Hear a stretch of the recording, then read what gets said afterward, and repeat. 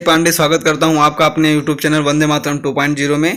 तो आज के हम इस सेशन में कवर करने वाले हैं महत्वपूर्ण अभिलेख। कल के हमने प्राचीन इतिहास के पार्ट 4 में महत्वपूर्ण अभिलेखों से पढ़ाया था।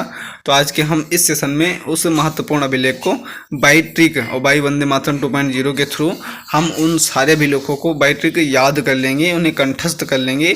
तो चलिए स्टार्ट करते हैं। तो पहला आपका कौन सा है, यानी महत्वपूर्ण अभिलेख की बारी यहाँ पढ़ने की। उसके बाद बाई ट्रिक हम पढ़ाएंगे। तो पहला जो आपका अभिलेख है, अब अभिलेख क्या होता है पहले ये जान लीजिए।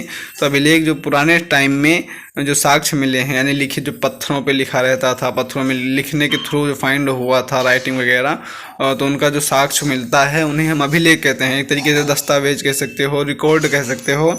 तो जो पहला आपका अभिलेख आता है निकल के, वो कौन सा है, हाथी गुम्फा अभिलेख। अब इस टाइम पे शासक कौन था उस टाइम पे वहाँ का, यानी इस टाइम पे शासक राजा खारवेल थे, जो कलिंग के राजा उस टाइम पे थे।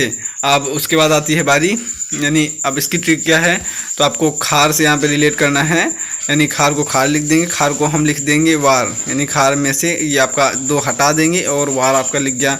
उसके बाद वेल को बदल देंगे हम किस में, बल में। अब बल से यानी बलवान जो हो गया, और वार से वो खार से वार निकल के आ गया।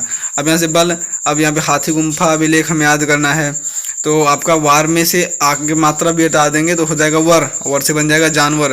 तो यहाँ पे पूछा जाएगा ऐसा रिलेट करो, खुद से पूछो कि सबसे बलवान जो जानवर होता है वो कौन सा होता है। यानी आपका यहाँ से खुद से रिलेट करो कि सबसे बलवान जानवर जो होता है वो कौन सा होता है, हाथी होता है। तो हाथी गुम्फा अभिलेख किसके शासन में आया था, तो वर से हो गया, वर से यानी वर से वार बनाएंगे। वार में से हमने क्या हटाया था, ये दो लगाया था जो आगे, वो हटाया था। तो वार से खार बन गया और बल से वेल हो गया। तो खार वेल के शासनकाल में हाथी गुम्फा अभिलेख का साक्ष्य हमें प्राप्त हुआ था। अब आगे हम दूसरे पे चलते हैं। दूसरा है जूना या गिरनार अभिलेख, जूनागढ़ या गिरनार अभिलेख। तो ये किस राजा के शासनकाल में आया था, तो उस टाइम पे आपका जो शासक था रुद्रदामन था। अब इसकी ट्रिक हम कैसे रिलेट करेंगे कि आपका इसकी ट्रिक है रुद्रदामन। तो अगर इंग्लिश में हम कोई भी चीज़ अगर पढ़ते हैं तो आपका दा लगता है आर्टिकल उसके आगे, तो रुद्रदामन ऐसे हम रिलेट कर लेंगे इसे। अब इसकी ट्रिक जो है वो आपका यानी जूना से आपका रिलेट करना है। क्या हमें जूना से रिलेट कर लो, जून, और जून के महीने, और रुद्र से रुद्र ही रहेगा, दामन को दमन लिख देंगे हम यहाँ पे। तो रुद्र का मन जो है, रुद्र का मन जून के महीने में इतनी गर्मी पड़ती है कि रुद्र का मन दमन हो जाता है, दमन वगैरह से यानी दब जाता है। कुछ बोला, जब गर्मी होने लगती है ठीक से अच्छे तरीके से तो बोला नहीं जाता है। तो आप ऐसे रिलेट करो, जूना से जून रिलेट करके, जून के महीने में इतनी गर्मी पड़ती है कि रुद्र का मन जो होता है वो दमन हो जाता है।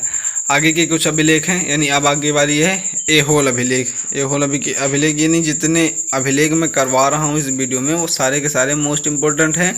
प्रीवियस ईयर पेपर उठा के देख लेना, इन अभिलेखों में से क्वेश्चन पूछे जा चुके हैं। तो एहोल अभिलेख, इस टाइम पे शासक कौन था, तो पुलकेशिन द्वितीय, यानी पुलकेशिन द्वितीय एहोल अभिलेख जब साक्ष्य फाइंड हुआ था तो उस टाइम पे शासन किसका चल रहा था, पुलकेशिन द्वितीय का। अब इसको हम कैसे याद करेंगे, तो पुलकेशिन से हम रिलेट कर लेंगे पुल, यानी पुलकेशिन से हम क्या रिलेट कर लेंगे, पुल। और ए होल से रिलेट कर लेंगे होल, यानी होल जो छेद होता है। तो ए होल से हम रिलेट क्या करेंगे, होल। उसके बाद पुलकेशिन ने अपने शासनकाल में, यानी पुलकेशिन ने अपने शासनकाल में एक पुल बनवाया, पुल का निर्माण करवाया और उसमें एक छेद हो गया। यानी अपने शासनकाल में उसने क्या बनवाया, एक पुल तो बनवाया, लेकिन उसके बाद पुल में क्या हो गया, यानी छेद हो गया।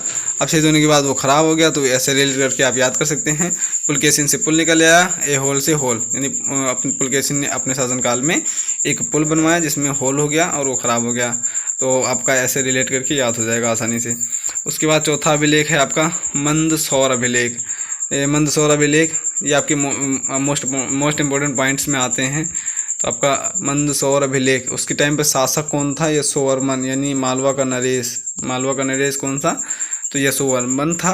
और इसकी ट्रिक हम कैसे रिलेट करेंगे तो आइए देखते हैं। मंदसौर यानी मंद, यहाँ पे मंदसौर, यहाँ से हम निकालेंगे पहले में से मंद। मंद मीन्स क्या होता है, धीरे धीरे, कोई भी चीज़ जब धीरे धीरे होती है तो मंद कहते हैं हम हिंदी में। और इस सौर से हम क्या बना लेंगे, यानी यहाँ पे सौर, सौर से हो जाएगा आपका सौर्य, जो ये सौर्य कीर्ति फाइंड होती है उसे हम सौर्य कहते हैं। और यशो यानी राजा जो थे वो यशोवर्मन, यशो से हम निकाल के क्या लाएंगे, यश। अब आगे इसका क्या हमने बनाया है, तो जीवन के चरित्र में यानी जीवन के कैरेक्टर में शौर्य और यश की प्राप्ति जो होती है मंद मंद होती है। ऐसा तो होता नहीं कोई पैदा हुआ उसके बाद ही बड़ा हो गया और उसके जो चरित्रवान हो गया, वो धीरे धीरे उसके कैरेक्टर बताते हैं आगे चल के। तो जीवन के चरित्र में जो है शौर्य और यश की प्राप्ति, यानी शौर्य और यश की प्राप्ति क्या होती है, मंद मंद होती है, वो अचानक से नहीं हो जाती है। तो ऐसे रिलेट करके आप मंदसौर अभिलेख को बहुत ही आसानी से याद कर सकते हैं। ये ट्रिक मैंने जब बनाई थी तो मुझे ये ट्रिक बहुत अच्छी लगी, क्योंकि ये रियलिटी भी है और ये इस पर फिट भी हो रहा है। उसके बाद आगे क्या है, ग्वालियर अभिलेख। अब ग्वालियर अभिलेख इसकी ट्रिक भी बड़ी शानदार है। ग्वालियर अभिलेख ये किस राजा के शासनकाल में आया था, तो भोज, उस टाइम पे प्रतिहार के नरेश थे। और इसकी ट्रिक हम रिलेट करेंगे राजा भोज और गंगू तेली। तो आपने मूवी देखी होगी गोविंदा और कादर खान की, तो हमें गोविंदा जी रोल करते हैं गंगू तेली का और भोज जो है वो कादर खान जो है वो भोज का रोल अदा करते हैं। अब वहाँ पे गंगू तेली जो हैं वो राजा भोज को इतना परेशान करते हैं, मूवी आपने देखी होगी, तो बहुत परेशान करते हैं। तो राजा भोज कहते हैं कि अभी मैं तुम्हें गोली मार दूंगा, यानी गोली से आप रिलेट कर दोगे क्या, गोली से आपको रिलेट, ग्वालियर से आपको रिलेट करना है गोली। तो राजा भोज कहते हैं अभी मैं तुम्हें गोली मार दूंगा। वो गंगू तेली यहाँ पे बहुत परेशान करते हैं राजा को, तो राजा के मुंह से तब ये निकलता है। उसके बाद आपका है छठा अभिलेख है नासिक अभिलेख।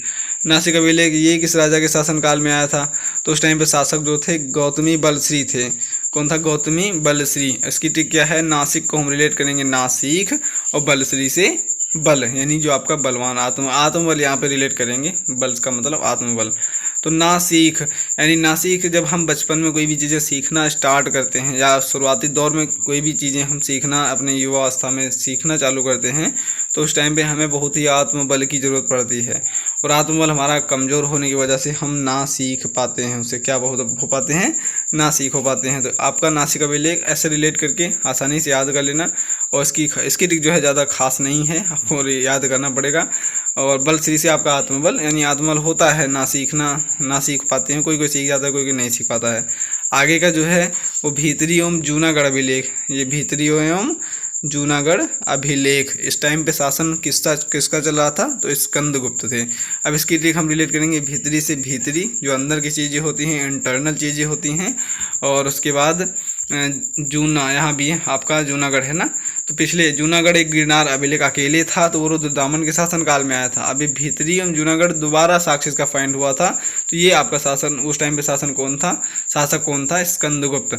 अब यहाँ पे जूना को हम रिलेट करेंगे जून से, यानी जून का महीना जो गर्मी पड़ती है आपका। तो जून के महीने में जब गर्मी अधिक पड़ती है तो शरीर के अंदर कुछ चीज़ें गुप्त रूप से होने लगती हैं, यानी जब आपका क्या होती है, जून के महीने में जब गर्मी अधिक पड़ती है तो शरीर में कुछ चीज़ें क्या होती हैं, गुप्त रूप से होने लगती हैं। तो जून के महीने में आपका जब गर्मी पड़ती है तो एक तरीके से जैसे चक्कर हुआ आना, अचानक से चक्कर आ जाते हैं और पता भी नहीं चलता। तो एक तरीके से वही होता है कि गुप्त रूप से होने लगती हैं चीज़ें हमारे शरीर में और हमें खुद भी मालूम नहीं रहता है। तो आप ऐसे रिलेट करके इस भीतरी एवं जूनागढ़ अभिलेख को याद कर सकते हैं। अब गुप्त से निकल के आ गया गुप्त, स्कंदगुप्त उस टाइम पे कौन था, शासक था। और जूना से जूनागढ़ और भीतरी अंदर की चीज़ें होने लगती हैं, तो आपका भीतर से भीतरी हो गया। भीतरी एवं जूनागढ़ अभिलेख किसके शासनकाल में आया था, तो वो थे स्कंदगुप्त। उसके बाद आपका आता है देवपाड़ा अभिलेख। अब देवपाड़ा अभिलेख इस टाइम पे ये आपका मोस्ट इंपॉर्टेंट है, ये सारे के सारे जितने मैं करा रहा हूँ सारे के सारे मोस्ट इंपॉर्टेंट है। उसके बाद इस टाइम पे शासन किसका चल रहा था, जो विजय सेन, और ये उस टाइम पे कहाँ के शासक थे, तो बंगाल के शासक थे। विजय सेन इस टाइम पे शासक थे। उसकी ट्रिक क्या हम रिलेट करेंगे, विजय से विजय, सेन से सेना, जबकि सेना होती है सोल्जर्स की, उसे हम रिलेट करेंगे। और देवपाड़ा से देव भगवान जो होते हैं, और पाड़ा से पाला, यानी जब पाला किसी का पड़ता है किसी से कहते नहीं। अब इसका सेंटेंस क्या बना रखा है हमने कि अगर मामूली सेना, यानी जो आपका मामूली सेना है, मामूली सेना का पाला जो है देवों से पड़ गया या भगवानों से पड़ गया, तो उनकी तो विजय होने से रही। तो यहाँ पे आपको रिलेट करना है सेन से सेना, पाला से पाड़ा और देवों से, यानी यहाँ पे आपका देवपाड़ा अभिलेख आ गया निकल के। और विजय से विजय और सेना से सेन, तो विजय सेन के शासनकाल में देवपाड़ा अभिलेख आपका फाइंड हुआ था। अब आगे आते हैं हम प्रयाग स्तंभ अभिलेख। प्रयाग स्तंभ अभिलेख ये किसके शासनकाल में आया था, तो उस टाइम पे शासक जो थे समुद्रगुप्त थे। और ट्रिक इसकी क्या है, प्रयाग से हम रिलेट करेंगे प्रयागराज, जिस टाइम पे एक जिला है, इलाहाबाद का नाम प्रयागराज रख दिया गया है। और समुद्र से उसका भी हम रिलेट करेंगे समुद्र राज। तो समुद्र सभी नदियों पर राज करता है भाई कि उस जितनी नदियां हैं वो जाके मिलती हैं तो किससे, समुद्र से। और उसका फिर समुद्र सभी नदियों पर राज करता है, तो समुद्र सभी नदियों पर राज करता है। और राज से रिलेट करोगे प्रयागराज जिला, यानी आपका राज्य से रिलेट करेंगे। यहाँ समुद्र राज करता है तो आपको समुद्र से समुद्रगुप्त निकल आए, और राज्य से प्रयागराज एक जिला है आपका, रिलेट कर लेना उससे, तो प्रयागराज। तो आपका जो प्रयाग स्तंभ अभिलेख आया था वो किसके शासनकाल में आया था, तो आपके थे स्कंद समुद्रगुप्त।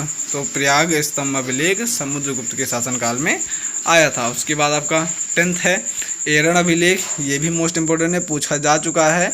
एरण अभिलेख तो शासक इस टाइम पे कौन थे, भानुगुप्त थे।